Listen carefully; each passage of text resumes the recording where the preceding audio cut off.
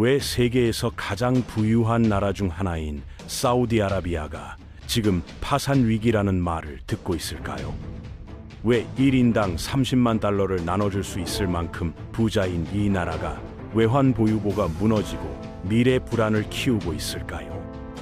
그리고 왜 완벽해 보이는 이 거대 왕국이 이제는 존폐의 기로에 서 있다는 경고를 받고 있을까요? 답은 간단합니다. 사우디의 경제 기적은 석유라는 하나의 운명에 모든 것을 걸고 얻은 결과였기 때문입니다. 60년 전 사막에서 세계 최고 부국으로 올라선 사우디의 성공 뒤에 아무도 말하지 않는 충격적인 진실이 숨어 있습니다. 오늘 우리는 석유로 최고 부자가 된 이 왕국이 어떻게 위기로 미끄러져 들어갔는지 그 숨겨진 이야기를 파헤쳐 보겠습니다.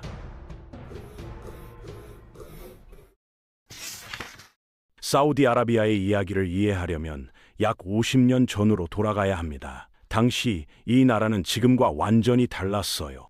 오늘날 가치로 환산하면 평균 노동자가 연간 6,000달러밖에 벌지 못했습니다. 세계 평균의 절반도 안 되는 수준이었죠. 그런데 1970년대 모든 것을 바꿔놓은 사건이 발생했습니다. 바로 석유 위기예요. 1973년 이집트와 시리아가 이스라엘을 기습 공격하면서 옴키푸르 전쟁이 시작됐고 전투가 격화되자 미국이 이스라엘을 지원하기 위해 개입했습니다.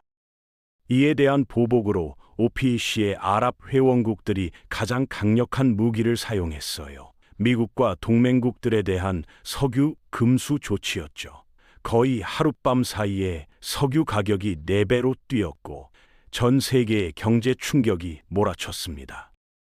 대부분의 선진국들은 이들 국가의 값싼 에너지를 바탕으로 번영을 구축했는데 갑자기 그 토대가 사라진 것이죠. 서구 세계 전역에서 인플레이션이 치솟았고 영국은 무려 25%에 달했습니다. 반면 세계 대부분이 위기로 휘청거리는 동안 사우디아라비아는 어떻게 써야 할지 모를 만큼 많은 돈을 벌고 있었어요. 10년도 안 되어 연간 석유 수입이 40억 달러에서 1,000억 달러 이상으로 급증했습니다. 단 10년 만에 평균 소득이 2배가 됐죠. 거의 하룻밤 사이에 사막 마을들이 현대 도시로 탈바꿈했습니다.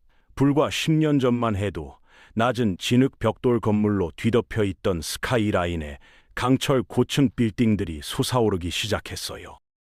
문제는 이 나라가 서류상으로는 부자가 됐지만 미국, 유럽, 동아시아에서 일어난 것과는 매우 다른 종류의 경제 성장이었다는 점입니다. 일반적으로 나라가 부유해질 때는 농업에서 제조업으로, 그 다음 서비스업으로 전환하면서 성장해요. 이것이 대부분의 서구 국가들이 따른 청사진이었고 창출된 국가 사회 전반에 더 고르게 퍼지면서 모든 경제 영역을 통해 지출이 흐르는 구조였죠. 물론 지금 서구 세계에서 보듯이 이것도 한계가 있긴 합니다. 하지만 과거에는 작동했어요. 반면 사우디아라비아의 경제 성장은 달랐습니다. 거의 전적으로 석유에 의해 추진됐기 때문에 나라는 다른 산업을 개발할 필요를 느끼지 못했어요. 현대 경제를 구성하는 요소들, 즉 다각화된 민간 부문, 강력한 수출 제조업, 기술 혁신 같은 것들이 존재할 필요가 없었던 것이죠. 국가의 거의 70%가 정부에 고용되어 있고 정부 예산의 약 75%가 석유 자금에서 나옵니다. 참고로 미국에서는 단 15%만이 정부를 위해 일해요. 이러한 석유 의존은 사실상 한 가족만이 권력을 쥐고 있는 정치 시스템을 만들어냈습니다. 사우디 왕실의 순자산은 1조 4천억 달러로 영국 왕실의 약 50배에 달해요. 더 중요한 건 이들이 국가 경제 시스템을 완전히 통제하고 있다는 점입니다. 이런 종류의 권력으로는 더 넓은 인구를 위한 광범위한 경제를 구축해야 할 압력이 거의 없어요. 정부의 생존이 대중의 지지에 달려있지 않으니까요. 석유 하나에 의존하는 독재 시스템은 심각한 위험을 안고 있습니다. 석유 가격이 떨어지면 왕실만 고통받는 게 아니에요. 전체 시스템이 무너지기 시작하죠. 2014년 가격 폭락 때 석유 수입이 사실상 하룻밤 사이에 절반으로 줄었습니다. 정부는 비용을 충당하기 위해 막대한 돈을 빌려야 했어요. 국가 예산 적자가 GDP의 15%로 치솟았고, 이는 기록적인 수치였습니다. 거의 의지할 만한 민간 산업이 없었기 때문에 진짜 안전망이 없었죠. 평균 소득이 불과 몇 달 만에 거의 20% 하락했습니다. 결국 석유 가격이 반등하고 경제가 회복되기 시작했지만 그 위기는 더 깊은 무언가를 드러냈어요. 중동 최대 국가 중 하나의 전체 시스템이 얼마나 취약한지를요. 석유 자금이 흐르지 않으면 전체 시스템이 무너집니다. 그리고 이것이 이미 일어나기 시작했을 수도 있어요. 세계 석유 판매는 2030년 이전 언젠가 정점에 달할 것으로 예상됩니다. EU와 미국 같은 주요 무역 파트너들은 이미 청정 에너지원이나 자체 국내 생산에 수천억 달러를 투자하고 있어요. 세계 최대 석유 수입국인 중국조차 2060년까지 탄소 중립 달성을 약속했습니다. 물론 사우디 왕실은 이를 잘 알고 있었어요. 국가 경제가 살아남으려면 현재 모델에서 급진적 전환이 필요하다는 것을요. 그래서 2016년 바로 그 일이 일어났습니다. 비전 2030은 역사상 가장 대담한 경제개혁 계획 중 하나가 될 예정이었어요. 석유 의존 독재 국가를 현대 경제로 변모시키려는 전면적 시도였죠. 계획은 간단했습니다. 오늘날의 석유부를 사용해 새로운 산업에 대규모로 투자하고 완전히 새로운 경제를 처음부터 구축하는 것이었어요. 사우디아라비아는 처음 10년 동안만 프로젝트에 4천억 달러를 투자하겠다고 약속했습니다. 관광, 기술, 금융 같은 핵심 부문을 목표로 삼았어요. 목표는 석유가 GDP에서 차지하는 비중을 경제의 30%로 줄이고 그 과정에서 비석유 정부 수입을 4배로 늘리는 것이었습니다. 간단히 말해 왕국은 스스로를 혁신과 투자의 글로벌 허브로 재창조하고 싶었던 것이죠. 미래를 위한 다양하고 자립적인 경제를 만들고자 했습니다. 이 이니셔티브 중 가장 유명한 것은 네움이었습니다. 사막의 메가시티로 하늘을 나는 택시 네트워크, AI 기반 공공 서비스, 태양광과 풍력으로만 가동되는 탄소 제로 에너지 시스템을 특징으로 하는 도시였어요. 그런데 프로젝트는 엄청난 도박이었습니다. 석유 가격이 높게 유지되면 사우디 정부는 그 현금을 사용해 나라를 현대 경제로 변모시킬 수 있었어요. 반면 그렇지 않으면 정부는 프로젝트가 요구하는 막대한 지출을 감당할 수 없었죠. 공식 추정치는 비전 2030을 지속 가능하게 자금 지원하려면 석유 가격이 배럴당 90달러 정도에 머물러야 한다고 보여줬습니다. 그 훨씬 아래로 떨어지면 국가 재정이 위태로워지는 상황이었어요. 그때 러시아가 우크라이나를 침공했고 바로 그 일이 일어났습니다. 불과 몇 달 만에 가격이 25% 이상 하락해 배럴당 76달러까지 떨어졌어요. 사우디 정부에게 이는 완전한 재앙이었습니다. 정부 운영 석유 회사인 아람코의 이윤이 25% 감소하면서 연간 900억 달러 이상의 손실을 입었어요. 메가 프로젝트에 투자될 예정이었던 돈이 없어진 것이죠. 정부에게는 한 가지 선택만 남았습니다. 빌리는 것이었어요.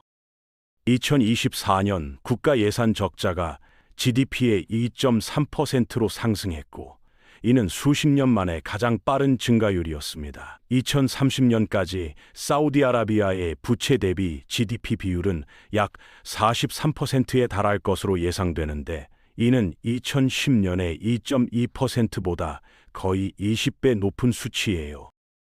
별로 나쁘지 않게 들릴 수도 있습니다. 미국의 부채 대비 GDP 비율은 124%로 사우디아라비아보다 훨씬 높으니까요. 그런데 결정적인 차이가 있어요. 미국은 깊은 금융시장, 정치적 안정성, 충격을 흡수할 수 있는 다양한 경제를 가지고 있습니다. 반면 사우디아라비아는 전적으로 석유에 의존하죠. 그래서 가격이 떨어지면 전체 재정 상황이 갑자기 무너집니다. 이는 부채 위기의 진짜 위험을 만들어요. 투자자들이 국가의 부채 상환 능력에 대한 신뢰를 잃으면 대출을 매각할 수 있고 차입 비용이 급등하게 됩니다. 하룻밤 사이에 메가 프로젝트 비용으로 떠안은 수십억 달러의 부채가 훨씬 더 비싸져서 정부는 기존 부채를 감당하기 위해 지출을 줄여야 하고 잠재적으로 하향 나선을 촉발해 경제를 침체로 밀어넣을 수 있죠. 우리는 지금 그 위기 직전에 있을지도 모릅니다. 올해 초 사우디 신용부도 스왑의 이자, 즉 투자자 신뢰의 지표가 코로나 이후 최고 수준으로 급등했어요. 동시에 금융시장과 국제신용평가 기관들 사이에서 높은 부채 수준에 대한 우려가 커지고 있다는 보고가 나왔습니다. 빌린 돈이 어디로 가는지 살펴보는 것이 더욱 중요해졌어요. 국가 신용카드로 수천억 달러를 쓰는 건 어떤 상황에서든 위험하니까요. 그 돈이 장기 성장을 이끄는 생산적 자산으로 간다면 때로는 보상을 받을 수 있습니다. 그런데 사우디아라비아의 경우 비전 2030은 현명한 투자라기보다 과도하게 비싼 도박처럼 보이기 시작했어요. 많은 주력 프로젝트들이 일정이 지연되고 예산이 대폭 초과되거나 내부 기능 장애로 시달리고 있다고 전해집니다. 원래 5천억 달러로 예상됐던 네옴의 비용은 이제 수조 달러로 추정되고 내부 검토에 따르면 2030년까지 단 1%만 완료될 것으로 보여요. 가장 상징적인 특징 중 하나인 라인시티는 170km 비전에서 단 2.4km로 축소됐고 30만 명만 수용하게 됐습니다. 그럼에도 이런 실패에도 불구하고 정부는 계속 투자를 2배로 늘리고 있어요. 트로자나의 미래형 스키 리조트부터 테마파크와 홍해 리조트까지 온갖 메가 프로젝트들이 여전히 진행 중이거나 발표되고 있습니다. 경제 다각화라는 목표를 고려하면 당혹스러운 접근이에요. 이 목표를 달성하는 검증된 전략들이 있으니까요. 가장 명백한 예는 노르웨이입니다.